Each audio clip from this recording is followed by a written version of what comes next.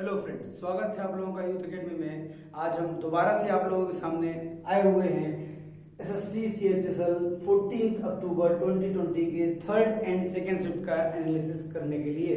तो second shift का हमने थोड़े से क्वेश्चंस कर लिए थे, थोड़े से जो बचे हुए हैं, जो रिमेनिंग मिले हैं हमें, उनका हम आज एनालिसिस करेंगे। ठीक है, तो देखिए बेटा, सेकेंड और थर्ड में जो हुआ था, थर्ड पेपर जो था, थर्ड शिफ्ट का जो पेपर था वो बहुत ही ज्यादा इजी आया था। जैसे कि फर्स्ट शिफ्ट का हमने देखा था इजी था पेपर, लेकिन जो सेकेंड शिफ्ट था वो थोड़ा सा मॉडरेट लेवल का था। जैसे कि पिछले वाले वीडियो में जो हमने लास्ट में क्वेश्चंस किए थे वो थोड़े से अच्छे लेवल के थे। ठीक है, तो यही अंतर है, कौन सा शिफ्ट हार्ड होगा, कौन सा शिफ्ट इजी होगा, इसका कुछ नहीं पता। बस हमारे हाथ में क्या है बेटा, मेहनत करना। आप मेहनत करो, आपका सिलेक्शन जरूर होगा, क्योंकि नॉर्मलाइजेशन तो गवर्नमेंट करती ही है। ठीक है, चलिए स्टार्ट करते हैं हम लोग। तो पहले थर्ड शिफ्ट का देख लेते हैं, फिर सेकंड शिफ्ट के जो क्वेश्चन बचे हुए थे उनको देख लेंगे। तो थर्ड शिफ्ट का बेटा पहला क्वेश्चन जो आया हुआ है, वो क्वेश्चन आया है, लिखा गया average of 5 consecutive odd number is 75।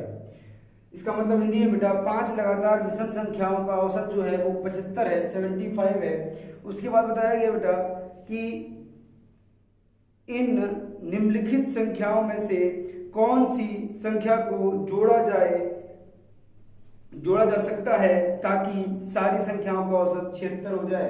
मतलब संख्याएं 6 हो जाए कंसेक्यूटिव वाली इसकी आप कोई एक चीज जोड़नी पड़ेगी, जो कि कितना हो जाए हम लोग का 76 हो जाए। ठीक, इंग्लिश में पढ़ते हैं एक बार। Which of the following number could be added to these numbers so that their average becomes 76। उनका एवरेज कितना हो जाए 76। देखो बेटा, सवाल इजी है, इस सवाल को टफ बिल्कुल नहीं बोला जा सकता है। तो क्या करना है इसमें, समझना ध्यान से, क्वेश्चन डिफिकल्ट बिल्कुल नहीं है। ये 5 ऑड नंबर है, 1 2 3 4 और 5। बेटा इनका एवरेज क्या होगा, यही होगा 75 75 75 75 75। एवरेज का मतलब सब लगभग 75 के बराबर है। अब बोला गया ये सारे नंबर जो हैं, इन सभी नंबर का एक और नंबर जोड़ने से कितना हो जाए एवरेज 76 76 76 76 76 एंड 76। सभी का कितना हो जाए बेटा 76 हो जाए। अब समझो बेटा, ये जो एक्स्ट्रा नंबर आया है ये 76 तो था ही, उसके अलावा एक नंबर इसके लिए, एक नंबर इसके लिए, एक इसके लिए, एक इसके लिए, एक, मतलब ये 5 नंबर एक्स्ट्रा लेके आया है। तो 76 और 5 जोड़ दोगे बेटा 81। तो इसको डायरेक्ट किया जाता है, तो लिखने समझाने के लिए लिख दिया ऐसा, डायरेक्ट किया जाता है। जो जितना भी हमारा नंबर बढ़ा हुआ है, जितनी भी हमारी एवरेज बढ़ रही है, एवरेज बढ़ रही है हमारी 1, 75 से कितनी हो रही है 76। कितने लोगों की बढ़ रही है 6 लोगों की। तो डायरेक्टली क्या करते हैं 75 + 6 कर देते हैं और हमारा आंसर आ जाता है। ठीक है, चलिए आगे बढ़ते हैं बेटा। तो आगे देखोगे आप लोग, अगला सवाल जो था वो भी इजी वाला ही था। लिखा गया था Virat Kohli scored 120 runs in a inning. किसी विराट कोहली ने एक पारी में 120 रन बनाए। ठीक है, if that inning he hit 6 force, 6 चौके मारे उसने, स्मैश्ड 4 6, 4 छक्के मारे। Find out the percentage of runs scored by Virat Kohli bye running between the wickets. बहुत सिंपल सवाल है, हिंदी में बोल दिया जाए एक बार। तो विराट कोहली ने एक पारी में 120 रन बनाए, उस पारी में उन्होंने 6 चौके लगाए और 4 छक्के लगाए। ठीक है, उस पारी में विराट कोहली ने विकेट के बीच में दौड़कर कितने रन बनाए, उनका प्रतिशत ज्ञात कीजिए। तो बेटा टोटल रन उसके दिए गए हैं, टोटल रन जो है बेटा 120 रन है, जिसमें से उसने क्या बोला गया था, कितने 6 जो हैं वो 4th लगाए। ठीक है, और 4 जो है वो 6th लगाए। बेटा 6 चौके 24 रन इसने चौके लगा के लगाए और 24 रन इसने छक्के लगा के लगाए। मतलब टोटल 48 रन इसने चौके और छक्के से लगाए हैं। अगर 120 में से 48 घटा दोगे बेटा तो ये आ जाएगा आपका 72। मतलब 72 रन उसने दौड़े हैं। ये कितना परसेंट है टोटल रन 120 का, सीधे आपका आंसर निकल के आ जाएगा 0 0 12 1 12 12 6 72। तो सीधे 60% आपका आंसर आ जाएगा। ठीक है, बहुत ही इजी क्वेश्चन था ये। अगला सवाल देखा जाए बेटा, the length of a chord of a circle is 16 centimetre, the diameter of the circle is 20 centimetre, another parallel chord is at a distance of 12 centimetre from the chord. Distance of कितना 12 centimetre from the chord, find the length of the parallel chord. Simple सवाल है बेटा, circle का सवाल है, समझिएगा।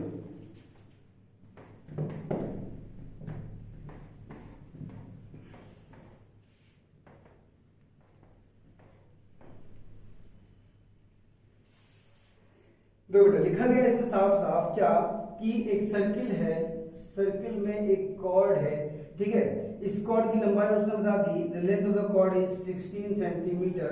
उसके बाद बताता है ये the diameter of the circle is 20 centimetre. अगर 20 सेंटीमीटर डायमीटर बेटा त्रिज्या कितनी होगी 10 सेंटीमीटर की, तो ये रेडियस निकाल ली हमने कितनी बेटा 10 सेंटीमीटर की। इसके बाद क्या बताया गया था, Another parallel chord is at a distance of 12 centimetre from the chord। इसका मतलब इस कॉर्ड से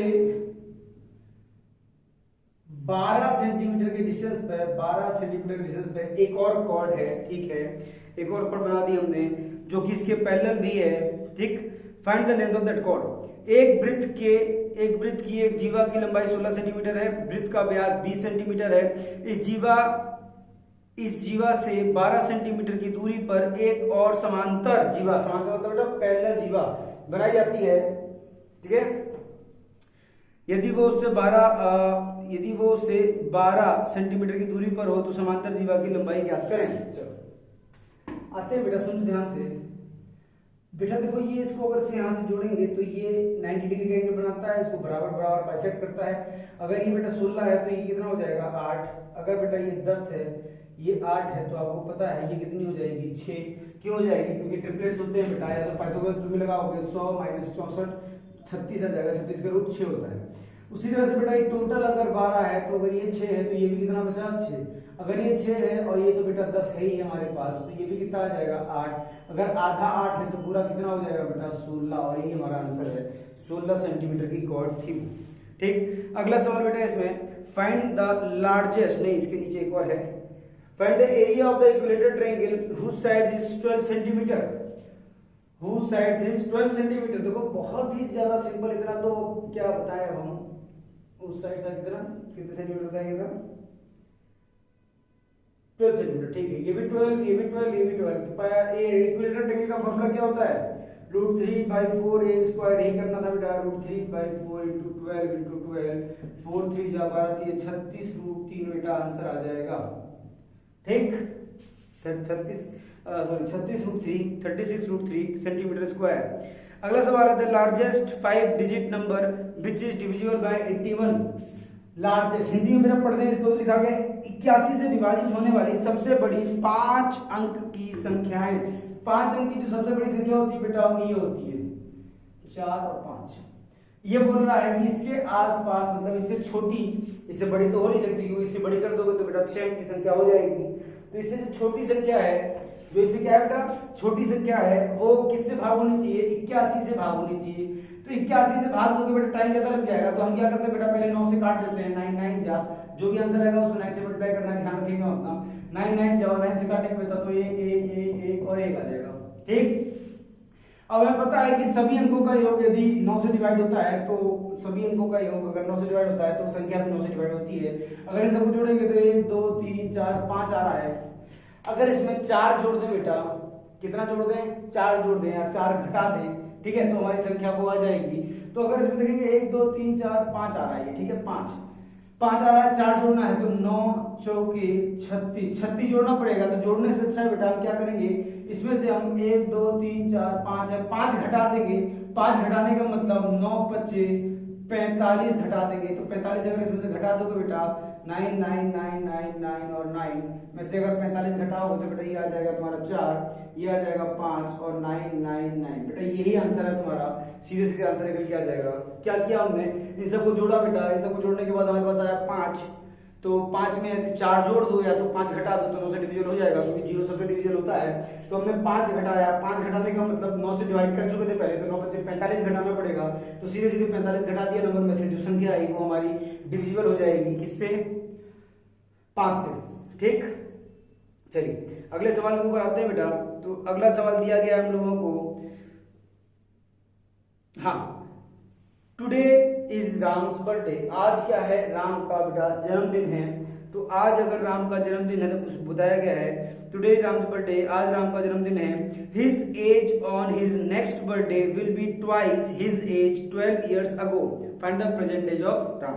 हिंदी में पढ़ लो, आज राम का जन्मदिन है, उनके अगले जन्मदिन पर उनकी उम्र 12 साल पहले की उम्र से दोगुनी हो जाएगी। इसका मतलब बेटा यहाँ समझो बहुत सिंपल है, प्रेजेंट में जो भी राम की एज है इसके 1 साल के बाद जो एज आएगी बेटा वो दोगुनी होगी। किस एज से? आज के 12 साल पहले के एज से।